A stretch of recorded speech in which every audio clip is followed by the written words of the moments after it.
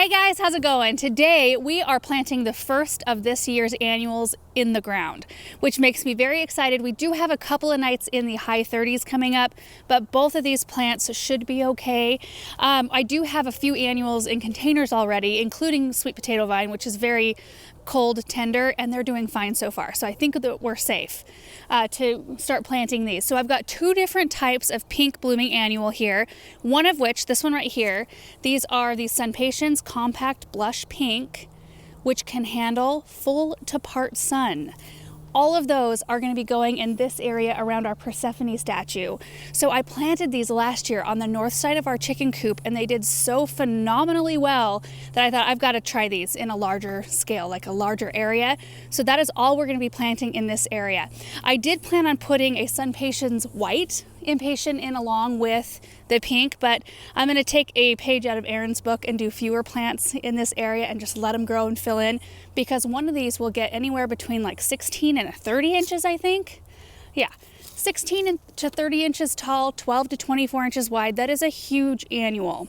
So what I'm going to do is we are going to place all of these around, kind of just divvy them up. I've got 60 of them total for these 4 areas, and then we're going to get them planted, and yeah, let's do it.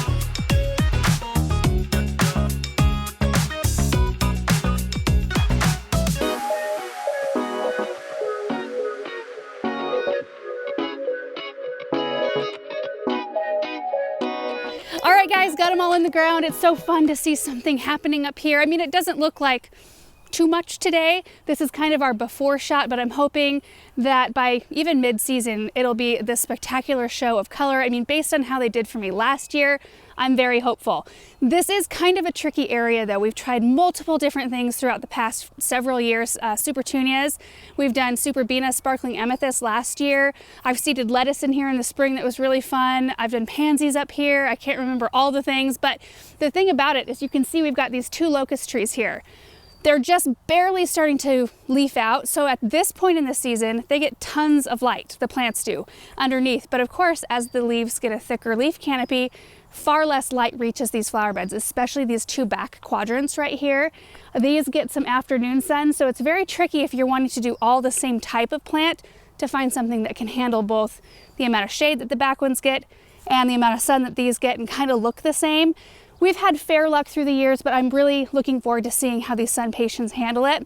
These are also the only flower beds, I think, on our entire property that get overhead water, because this seems like almost an impossible area to try to get the grass sprinklers to not hit these flower beds. I mean, because it's very uneven, really. You know, we've got trees in the way. There's like thicker grass here. It gets thinner along the front and the back. It's just an odd space. So the flower beds receive whatever water the grass is getting. So some things react better to that than others. So this will be an experiment. We'll see how it goes. The next area we are going to plant up today is underneath the red point maple trees along the west side of our property. So let's head that direction. This is what we're planting over here on the west side. A whole bunch of these Surefire Rose Begonias. They are such beautiful plants, and I mean, you can see how well they perform. At this stage, this early in the game, they look amazing, and what they'll do is they'll just keep growing bigger and bigger with more and more blooms all the way through a light frost, and they'll just be in color the entire season. The reason I decided to go with these for this particular area is because this spot is also interesting.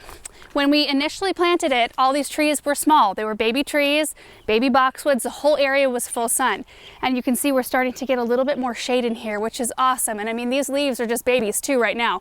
They will, as the tree, wakes up more and more, it'll be a little bit more of a dense canopy, providing more shade for this area, but then the front will still probably receive quite a bit of sun, and then this part will receive more sun in the afternoon. It's just kind of a weird area. So we needed something like these that can go from full sun to full shade, anywhere in between, and still perform.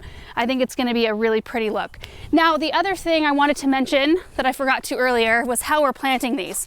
So you know we use augers to plant everything, but last spring we kind of discovered this size. This is a power planter auger. I mean, we had it, but I didn't really appreciate this size for what it does for me, especially when we're doing a whole bunch of annuals.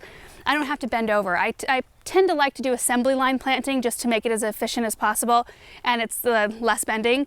So I usually place everything where I want it, and then I can come along and I just kind of tap the can and tip it over out of the way, and then I can just pop all my holes in the ground without bending over, and it's like up there. I didn't even break a sweat. It was just a very pleasant time. Now we have a 20 volt DeWalt drill.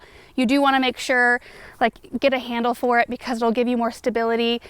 You do want to, you know, have a tight grip on it because I have heard of some people hurting themselves with drills and augers and things. So just make sure you feel comfortable with it. Anyway, the other thing we've got is the Biotone starter fertilizer. So I lay the plants out, make my holes, go along with starter fertilizer, do all that at once, and then I go along and plant everything. Pretty seamless process. I think that whole thing up there took me, what, like 10, 15 minutes to do from start to finish. Maybe 20 minutes. Let's go.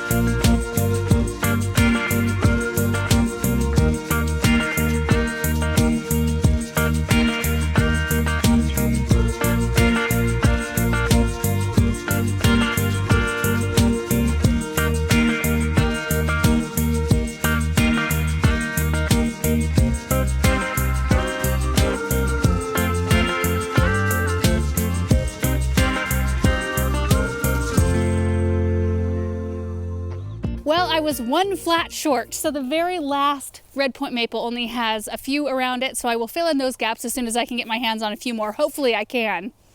Otherwise, I'm going to be digging some of these up and popping them down there, but I think they turned out so pretty. It's going to be so fun to watch these grow and fill in and just be a bright pop of color right here. There's already drip in this area, so if I dig around in here, yep, right there, you can see there's a drip tube right there underneath the mulch, and there are like 4, I think, in here. 1, 2, 3, maybe just 3, but it's enough for all of these to receive the water that they need. They won't get overhead water, which will be nice, so there shouldn't be any spotting on their leaves. Anyway, this has just been a really fun area. We've got the orange yet to plant, and I've been slowly working on putting in perennials and roses and things like that in the flower beds in this space. I just am having a really good time with it. So anyway, that is it for today's projects. We have a whole bunch more coming your way, so prepare yourselves. Thank you so much for watching, and we will see you in the next one. Bye.